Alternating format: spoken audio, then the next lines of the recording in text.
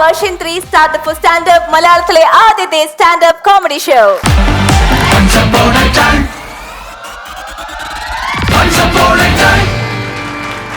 ജിത്തു ചേട്ടന്റെ പെർഫോമൻസിന് ശേഷം ഇനി അടുത്ത പെർഫോമർ വരുന്നത് ടീം പോഞ്ഞിക്കരയിൽ നിന്നാണ്. അശ്വതി, ആരാണ് കോട്ടിടുന്നത്? പോഞ്ഞിക്കര ടീമിൽ നിന്നും കോട്ടിടുന്നത് ഞങ്ങളുടെ സ്വന്തം മാത്യൂസ് ചേട്ടൻ. ഓ യെസ്.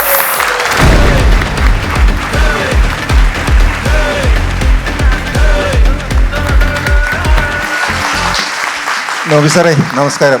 രമേഷ് സാറേ നമസ്കാരം. നമസ്കാരം സാറേ. സാറേ, ഇന്ന് എനിക്കൊരു കുറ്റസമ്മതം ആദ്യം തന്നെ നടത്താനുണ്ട്. മറ്റൊന്നുമല്ല, ഞാൻ ഇതുവരെ ഇവിടെ പറഞ്ഞിരുന്ന പല മണ്ടത്തരങ്ങളും അബദ്ധങ്ങളും സത്യം പറഞ്ഞിട്ടുണ്ടെങ്കിൽ എനിക്ക് തന്നെ സംഭവിച്ചതാണ്. ഞാനത് മറ്റുള്ളവരുടെ മുന്നിൽ തലയിൽ കെട്ടിവെച്ചതുകൊണ്ട് എനിക്ക് 3-4 ഫ്രണ്ട്ഷിപ്പ് ഇതിനകം നഷ്ടപ്പെട്ടു. അതുകൊണ്ട് ഇനി ഞാൻ പറയുന്ന മണ്ടത്തരങ്ങളും എനിക്ക് പറ്റുന്ന അബദ്ധങ്ങളും എല്ലാം എനിക്ക് തന്നെ പറ്റിയതാണെന്ന് പറയാനുള്ള ആർജവം ഞാൻ നേടിക്കഴിഞ്ഞു. നന്നായി.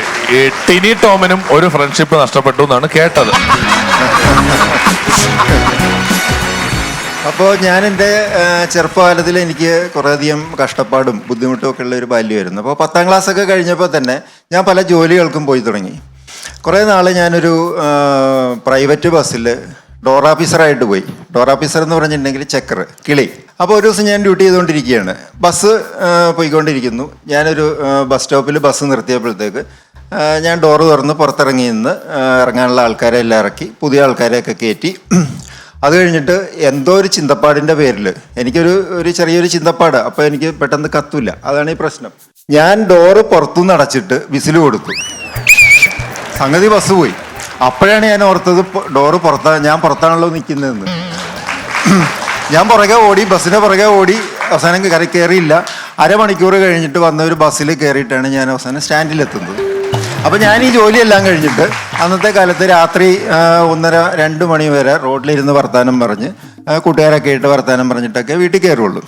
അപ്പോൾ അതൊക്കെ അന്ന് ഒരു വലിയൊരു അന്തസ്സായിട്ട് കരുതിയിരുന്ന കാലമാണ്.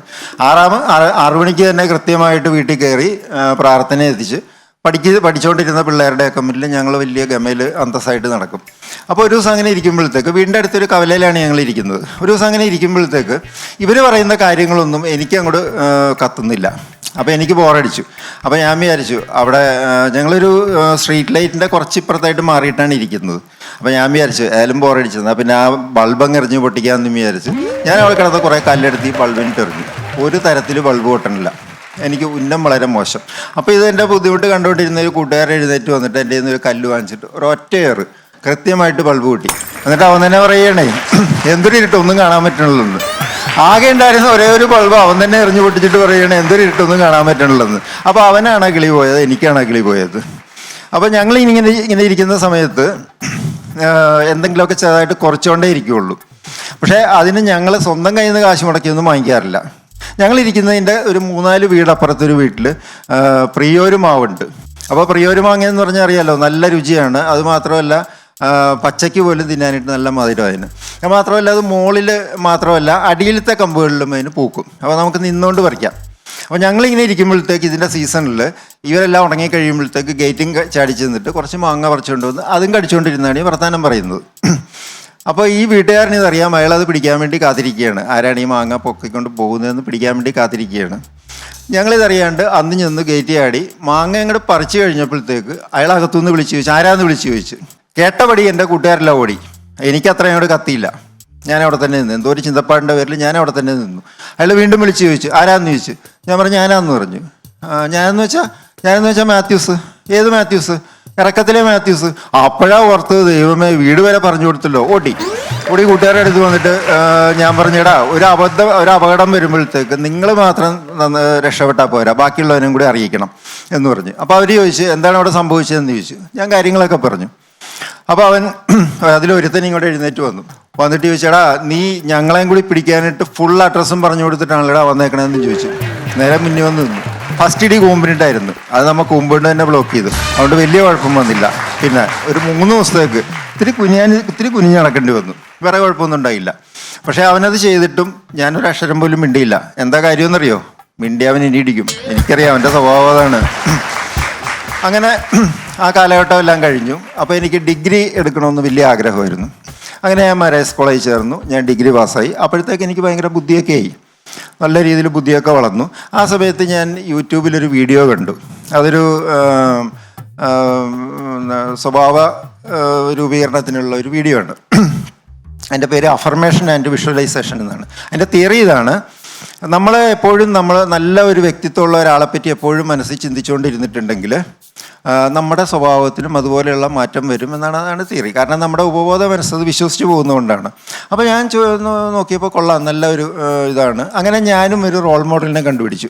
ഞാൻ കണ്ടുപിടിച്ച റോൾ മോഡൽ എന്ന് പറഞ്ഞിട്ടുണ്ടെങ്കിൽ മുകേഷ് അംബാനിയാണ്. കാര്യം എന്താണെന്ന് വെച്ചിട്ടുണ്ടെങ്കിൽ പുള്ളി ഇത്തിരി കാശുള്ള പാർട്ടിയാണല്ലോ. അപ്പോൾ സ്വാഭാവികമായിട്ടും പുള്ളിയുടെ പെരുമാറ്റവും പുള്ളിയുടെ സംസാരവും എല്ലാം നല്ല അന്തസ്സുള്ളതായിരിക്കുമെന്ന് തോന്നി. അപ്പോൾ അങ്ങനെ ഞാൻ എപ്പോഴും പുള്ളിയെ പറ്റി ചിന്തിച്ചുകൊണ്ടിരിക്കും. അങ്ങനെ കുറേ നാൾ കഴിഞ്ഞപ്പോഴത്തേക്ക് അത്ഭുതം എന്ന് പറയട്ടെ, എൻ്റെ പെരുമാറ്റവും നല്ല കുലീനത്വവും ആഢ്യത്വം ഉള്ളതായിട്ട് മാറി. പിന്നെന്താ, ചെറിയൊരു കുഴപ്പമുള്ളൂ, പുറത്തിറങ്ങി നടക്കാൻ പറ്റണില്ല, നാട് മുഴുവൻ കടവയിട്ടേ. പിന്നെ എന്താണ് ഈ പറഞ്ഞ 10,000 രൂപ മാസം തികച്ച് വരുമാനം ഇല്ലാത്ത ഞാൻ മുകേഷ് അംബാനിനെ പോലെ ജീവിക്കാൻ നോക്കിയിട്ട് കടം വരില്ലേ? ഇപ്പം ഞാൻ കാശ് കൊടുക്കാനുള്ള ആൾക്കാർ റോട്ടിൽ ഏതൊക്കെ റോഡിലാണ് താമസിക്കണേന്ന് എൻ്റെ പൊന്നോ എനിക്ക് തന്നെ അറിയാൻ പാടില്ല. ഇപ്പം അതെല്ലാം രേഖപ്പെടുത്തിയ റൂട്ട് മാപ്പും കൊണ്ടാണ് ഞാൻ രാവിലെ പാല് വാങ്ങിക്കാൻ വരെ പുറത്തേക്ക് ഇറങ്ങുന്നത്. എനിക്ക് ആ സമയത്ത് ചെറിയൊരു അബദ്ധം പറ്റി. എൻ്റെ വീട് ഒരു റോഡ് സൈഡിലാണ്. അപ്പോൾ എൻ്റെ ഈ റോഡിൽ കൂടി ധാരാളം പേര് ജോഗിങ്ങിനും മോർണിംഗ് വാക്കിനും ഒക്കെ വരാറുണ്ട്. അപ്പോൾ വീടിൻ്റെ ഈ റോഡിൻ്റെ അപ്പുറത്തൊരു പാർക്കുണ്ട്. അപ്പോൾ അവരവിടെ വന്ന് എക്സസൈസ് ചെയ്തിട്ടൊക്കെ പോകുന്നതാണ്. അപ്പോൾ ഞാനിതെല്ലാ ദിവസവും രാവിലെ ചായയൊക്കെ കുടിച്ച് കുറച്ച് നേരം നോക്കി നിൽക്കാറുണ്ട്. പലരെയും എനിക്കൊരു മുഖപരിചയമായി. ഒരു ദിവസം ഞാനങ്ങനെ നിൽക്കുമ്പോഴത്തേക്ക് അതിലൊരാളെ ഒരു പട്ടി ഓടിച്ചിടുകയാണ്. ഈ ചേട്ടനാണ് അന്യായ ഓട്ടം. അപ്പോൾ എൻ്റെ സഹായം മനസ്സിൽ ഉണർന്നു. ഞാൻ അവിടെ കിടന്ന ഒരു കല്ലെടുത്തിട്ട് ഈ പട്ടിക്കിട്ട് ഒറ്റ കയറ്. ഓടുന്ന പട്ടിക്ക് ഒരു മിടം മുൻപേ നിന്നാണല്ലോ, അത് ഈ പട്ടിക്ക് അറിയില്ലായിരുന്നു. ആ പട്ടി കുറച്ച് സ്ലോ ആയിട്ടാണ് ഓടിയത്. കല്ല് കൃത്യമായിട്ട് ചെന്ന് ഓടിയിരുന്ന ആളുടെ മുതുകത്ത് തന്നെ ഉണ്ട്. അയാൾ ആ കല്ലും എടുത്ത് തന്നെ ആ നാട് മുഴുവനിട്ട് ഓടിച്ച്. പട്ടി കടിക്കാൻ വരുമ്പോഴാണ് കല്ലെറിയണതെന്ന് ചോദിച്ചു. സത്യത്തിൽ എൻ്റെ സ്വന്തം നാട്ടിലെ പല ഇടവഴികളും ഞാൻ അന്നാണ് ആദ്യമായിട്ട് കാണുന്നത്. ഒരിടവഴി ചെന്നപ്പോൾ ഉണ്ടല്ല, ആ പട്ടിയോടെ കിടന്ന് ചിരിയോട് ചിരി എൻ്റെ ഗതികേട് കണ്ടിട്ട്. അങ്ങനെ പോകുമ്പോഴത്തേക്ക് എൻ്റെ ഒരു കൂട്ടുകാരന് ഒരു ഫേസ്ബുക്ക് വഴി ഒരു പെൺകുട്ടീനെ പരിചയപ്പെട്ടു. നല്ലൊരു പെൺകുട്ടി. അവൻ പറഞ്ഞു നല്ല സംസാരിക്കാനൊക്കെ നല്ല കുട്ടിയാണ്, പിന്നെ നല്ല സ്വഭാവമാണ്, നല്ല സ്നേഹമുള്ള കുട്ടിയാണെന്ന് പറഞ്ഞു. ആ ഫോട്ടോ കാണിച്ചു തന്നു. നല്ലൊരു കാണാൻ കൊള്ളാവുന്ന ഒരു നല്ലൊരു പെൺകുട്ടി. ആസ് യൂഷ്വൽ 2 ആഴ്ച കഴിഞ്ഞപ്പോഴത്തേക്ക് അവർ തമ്മിൽ പ്രേമത്തിലായി. ഇവർ തമ്മിൽ കണ്ടിട്ടില്ല, 5-6 മാസമായിട്ട് ഇവർ തമ്മിൽ കണ്ടിട്ടില്ല. അപ്പോൾ അതിന് വേണ്ടിയിട്ട് ഒരു മീറ്റിംഗ് പ്ലേസ് അവർ തീരുമാനിച്ചു. എൻ്റെ വീടിൻ്റെ ഓപ്പോസിറ്റ് ഒരു ചെറിയ പാർക്ക് ഉണ്ടെന്ന് പറഞ്ഞില്ലേ, അപ്പോൾ അവിടെ ഒന്നും ആരും അങ്ങനെ വരാറൊന്നുമില്ല. അപ്പോൾ അവിടെ തീരുമാനിച്ച് ഈ പെൺകുട്ടി അവിടെ വന്ന് കണ്ടു കഴിഞ്ഞപ്പോഴത്തേക്ക് ഇടിപെട്ട് കൊണ്ട മാതിരിയായിപ്പോയി. എൻ്റെ കൂട്ടുകാരൻ അന്നോടിയ ഓട്ടക്കമാണ്. ഇന്നേ വരെ ഞാൻ അവനെ കണ്ടിട്ടില്ല. അപ്പം ഞാൻ ഈ പെൺകുട്ടിയോട് എങ്ങനെയെങ്കിലും സമാധാനിപ്പിച്ച് വീട്ടിൽ പറഞ്ഞു വിടാമെന്ന് വിചാരിച്ച് ഒരു 5 മിനിറ്റ് വരെ സംസാരിച്ചു. എന്തിനാ കൂടുതൽ പറയണേ, ഇന്നലെ ഞങ്ങളെ 15ാമത്തെ വെഡിങ് ആനിവേഴ്സറി ആയിരുന്നു. ഇന്നിപ്പോൾ അതിൻ്റെ ഇന്ന് ചായയും വാങ്ങിച്ചു കുടിച്ച് വണ്ടിക്കൂലിയും വാങ്ങിച്ചുകൊണ്ടാണ് ഞാനിവിടെ വന്ന് നിൽക്കുന്നത്. ഞാൻ ഇനി ഇവിടെ നിന്ന് വാച പഠിച്ചിട്ടുണ്ടെങ്കിൽ ശരിയാവില്ല. കാരണം എന്നെ കൊണ്ടുപോയി ആ വീടിൻ്റെ ചുറ്റും കിടന്ന് ഓടാനായിട്ട്. അതുകൊണ്ട് ഞാൻ പതുക്കെ അങ്ങ് മാറിയേക്കുക. ചേട്ടാ നന്നായിരുന്നു. പ്രോപ്പർട്ടി ഒക്കെ കൊണ്ടുവന്നല്ലോ പെർഫോമൻസിന്റെ ഇടയ്ക്ക്. എങ്ങനെ ഈ പ്രോപ്പർട്ടിയെ മാത്രമല്ല, ഈ മാങ്ങയ്ക്ക് കല്ലെറിയുന്നൊരെണ്ണം പറഞ്ഞല്ലോ, അല്ല പട്ടിയെ കല്ലെറിയുന്ന കല്ലും കൊണ്ടുവന്നിട്ടുണ്ടായിരുന്നു ഗ്രൂമിങ്. അപ്പൊ രതീഷ് സാറ് പറഞ്ഞ് പിന്നെ അല്ല, രതീഷ് സാറ് അന്നേരം അന്തിച്ചു പോയി. വിസിലെടുത്ത് ആദ്യം ഊതി, രണ്ടാമത് ഈ കല്ലെറിയുന്ന വന്നപ്പോ പുകരുന്ന കല്ലും എടുത്ത്. അപ്പൊ സാറ് പറഞ്ഞ് ഇതിന്റെ ആവശ്യമില്ല, നാളെ ഒരു സ്കിറ്റ് അവതരിപ്പിക്കുന്ന കട്ടിലൊക്കെ എറിയുന്നതാണെങ്കിൽ കട്ടിൽ കൊണ്ടുവരുമെന്ന് വെച്ചു. അങ്ങനെയൊക്കെ മാത്യു സാറിന്റെ അബദ്ധത്തെ പറ്റി പറഞ്ഞപ്പോഴേ ഞങ്ങൾ ഇങ്ങോട്ട് വന്നിപ്പോൾ ടീം ലീഡേഴ്സിനൊക്കെ ഇങ്ങനെ പരിചയപ്പെട്ടുകൊണ്ടിരിക്കുക. അപ്പം മാത്യു ചേട്ടൻ ഞങ്ങൾക്ക് അവിടെ നിന്ന് എന്തോ പിറുപിറുക്കുണ്ട്, അത് അപ്പം ഞാൻ ഇതെന്താ മാത്യു ചേട്ടാന്ന് പറഞ്ഞു. പുള്ളി പറയുന്നത്, എടാ എനിക്ക് എത്ര പറഞ്ഞിട്ട് ആ കൊച്ചിന്റെ പേര് കിട്ടില്ല. ആളെ വിടുന്നിട്ട് ഇങ്ങനെ സെൽവി അതുണ്ട്, ഈ കുട്ടി അതിൽ പോയി പുള്ളി പറയാ, സെൽവി ഒരു മിനിറ്റ് ഇങ്ങോട്ട് പറയാം.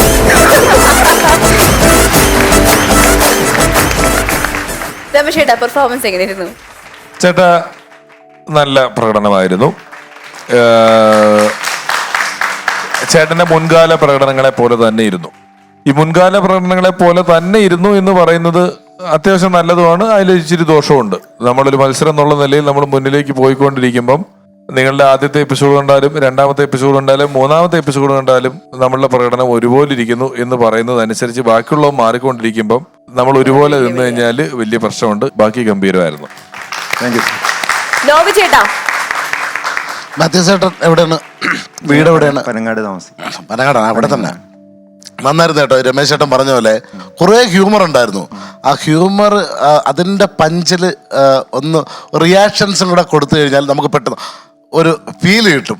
അപ്പോൾ നമുക്ക് കാണുമ്പോൾ തന്നെ ഇത് രമേശ് ചേട്ടൻ നമ്മളിത് എവിടെ തീരും എന്നുള്ള ഇതായിപ്പോയി. പക്ഷെ കുറേ സ്ഥലങ്ങളിൽ നല്ല ചിരിക്കാനുള്ള കുറേ സംഭവങ്ങളുണ്ടായിരുന്നു. എന്തായാലും നന്നായിരുന്നു മാത്യു ചേട്ടാ.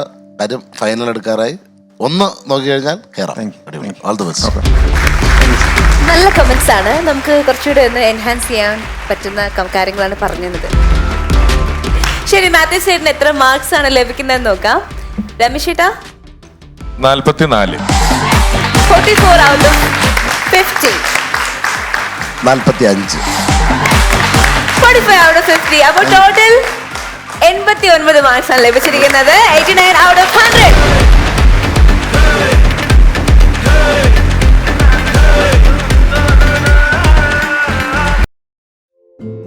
നൂറ്റാണ്ടുകൾ മുമ്പ് പ്രാചീന ഈജിപ്തുകാരാണ് ആദ്യമായിട്ട് കേക്ക് ഉണ്ടാക്കിയത്. ഏകദേശം ഒരു 100-125 വർഷങ്ങൾക്ക് മുമ്പ് മാമ്പള്ളി ബാപ്പു എന്നൊരാൾ കേരളത്തിൽ ആദ്യത്തെ കേക്ക് ഉണ്ടാക്കി. അന്ന് തൊട്ട് മലയാളികളുടെ ചെറുതും വലുതുമായ ആഘോഷങ്ങളെല്ലാം കേക്കുകളുടെ രുചി കൊണ്ട് നിറഞ്ഞു. മധുരത്തിന്റെയും ഹാപ്പിനെസിന്റെയും ഒക്കെ ഈ കഥകൾ തുടർന്നുകൊണ്ടേയിരുന്നു. നമ്മൾ ഇതുവരെ പങ്കുവച്ച ചിരികളുടെയും സന്തോഷത്തിന്റെയും ഒപ്പം ഒരെണ്ണം കൂടി. Cake reels cakes and cafe.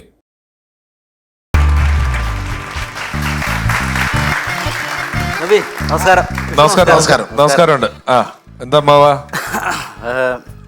എന്താ വെച്ചാൽ ഞാനേ ഒരു സംഭവം ഒന്ന് തിരുത്തിക്കാൻ വേണ്ടി വന്നാണ്. തിരുത്തിക്കാനോ? ഞാൻ കഴിഞ്ഞ ദിവസം അങ്ങനെ തിരുത്താൻ നമ്മൾ തെറ്റൊന്നും ചെയ്തിട്ടില്ലല്ലോ. അല്ല, ഞാൻ നാളെ ഒരു ലീവ് വേണമെന്ന് പറഞ്ഞിട്ടുണ്ടായില്ലേ? നാളെ ഷൂട്ടിന് അമ്മാവൻ ഉണ്ടാവില്ല, ലീവ് വേണമെന്ന് പറഞ്ഞായിരുന്നു. അത് ഞാൻ പറഞ്ഞല്ലോ, ലീവ് എടുത്തോ, അതിനെന്താ കുഴപ്പമൊന്നുമില്ല. വേണ്ട, ആ ലീവ് വേണ്ട എനിക്ക്. അമ്മാവൻ എന്തോ ഒഴിവാക്കാൻ പറ്റാത്ത കാര്യം. ഞാൻ ഈ ഫ്ലോറിൽ ഉണ്ടാവും നാളെ. എന്റെ പരിപാടി ഇവിടെ ഉണ്ടാവും. ലീവ് വേണ്ട. ലീവ് വേണ്ട. അപ്പൊ എന്തിനായിരുന്നു ലീവ് ചോദിച്ചത്? ലീവ് ചോദിച്ചത് ഞാൻ ഒരു കല്യാണത്തിന് പോകാൻ വേണ്ടിയിട്ടായിരുന്നു. അല്ല, കല്യാണത്തിന് പൊയ്ക്കൂടെ? പോണില്ലേ? ഇല്ലില്ല, കല്യാണത്തിന് പോകണ്ടെന്ന് വെച്ചു. കാരണം അത്ര ശരിയല്ല, വീട്ടുകാരത്ര ശരിയല്ല. പക്ഷെ ആ പെണ്ണും ചെറുക്കനെ നോക്കിയത് വീട്ടുകാരെ നോക്കണ്ടല്ലോ. അല്ല, ഞാൻ കഴിഞ്ഞ ദിവസം ഒരുത്തന്റെ മൂത്ത മോൻ്റെ കല്യാണത്തിന് പോയിട്ടുണ്ടായിരുന്നു. മൂക്കയുടെ കല്യാണത്തിന്. അവരുടെ മൂക്കയുടെ കല്യാണത്തിന് പോയി. മഹാമെനഘട്ട ടീമാണ്ടാ, ഒരു രക്ഷയില്ല അവര്. ശരി. അല്ല, ഞാൻ ഇപ്പം കഴിഞ്ഞ ആഴ്ച ഏതോ കല്യാണത്തിന് പോയി, അവര് മെനേടാന്ന് മനസ്സിലായി. ഈ ആഴ്ച പോകുന്നില്ല, അത്രയല്ലേ ഉള്ളൂ. കഥ കഴിഞ്ഞല്ലോ. അപ്പൊ നാളെ ഇവിടെ ഷൂട്ടിനുണ്ട്. നാളെ ഷൂട്ടിനുണ്ട്. അപ്പൊ നാളെ ഷൂട്ടിനുണ്ടെങ്കിൽ നാളെ ഷൂട്ടിന് ഏതെങ്കിലും പാട്ട് പാടണ്ടേ? പെട്ടെന്ന് ഇപ്പൊ നാളെ ഉണ്ടെന്ന് പറഞ്ഞാൽ നാളത്തേക്കുള്ള പാരഡി ഒക്കെ റെഡിയാണോ? റെഡിയാണ്. എന്താ സബ്ജക്ട്? ഞാൻ ഇന്നലെ കല്യാണത്തിന് പിന്നെയാണ് കല്യാണത്തിന് ഒരു ഇതുണ്ടല്ലോ, അത് ഞാൻ ഇവിടെ പാരഡി ആയിട്ട് പാടും. ഈ ഗാനം ഒരു ഡെഡിക്കേഷൻ ഉണ്ട്. വധുവിനും വരണമായിരിക്കും അല്ലേ? അല്ല, വധുവിനും വരണമല്ല, ഇത് വിളമ്പുകാർക്ക് വേണ്ടിയിട്ടുള്ള. കാരണം നമ്മൾ രണ്ടാമത് പപ്പടം ചോദിക്കുമ്പോൾ കൊഞ്ഞനും കുത്തി കാണിക്കുന്ന വിളമ്പുകാർക്ക് വേണ്ടിയിട്ട് ഞാൻ ഈ ഗാനം സമർപ്പിക്കുന്നു.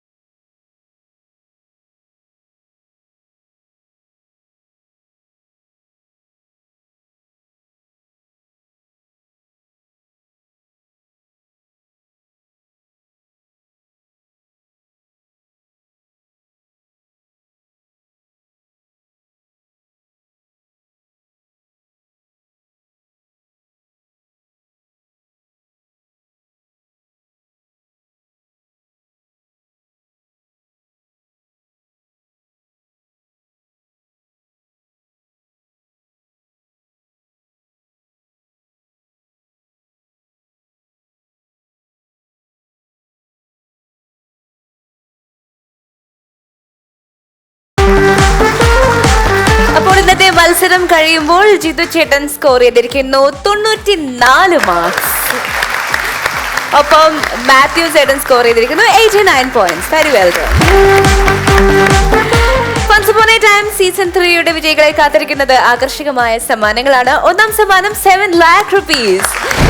Once Upon a Time season 3 വിജയിക്കുള്ള ഒന്നാം സമ്മാനം 7 ലക്ഷം രൂപ. സ്പോൺസർ ചെയ്തിരിക്കുന്നത് പ്രത്യേക പാരമ്പര്യ ആയുർവേദ ചികിത്സയുമായി എൽദോ വൈദ്യേഴ്സ് സെന്റ് പോൾസ് ആയുർവേദ. ആസ്മയും അലർജിയും ഒരു മാറാ രോഗമല്ല. രണ്ടാം സമ്മാനം നേടുന്ന വിജയിയെ കാത്തിരിക്കുന്നത് ICCS college of engineering and management നൽകുന്ന 5 ലക്ഷം രൂപ സമ്മാനം. മൂന്നാം സമ്മാനം നേടുന്ന വിജയിയെ കാത്തിരിക്കുന്നത് ചെയർമാൻ ചെയർസ് നൽകുന്ന 3 ലക്ഷം രൂപ സമ്മാനം. Once Upon a Time season 3യുടെ മറ്റൊരു മനോഹരമായ എപ്പിസോഡ് ഇവിടെ പൂർണ്ണമാവുകയാണ്. See you all next time. Until then, bye-bye. Once Upon a Time version 3.0 standup മലയാളത്തിലെ ആദ്യത്തെ സ്റ്റാൻഡപ്പ് കോമഡി ഷോയുടെ രസകരമായ എപ്പിസോഡ്സ് യൂട്യൂബിൽ കാണുവാനായി നിങ്ങൾ സബ്സ്ക്രൈബ് ചെയ്യുക. രമേശ് പിഷാരടി എന്റർടൈൻമെന്റ്സ്.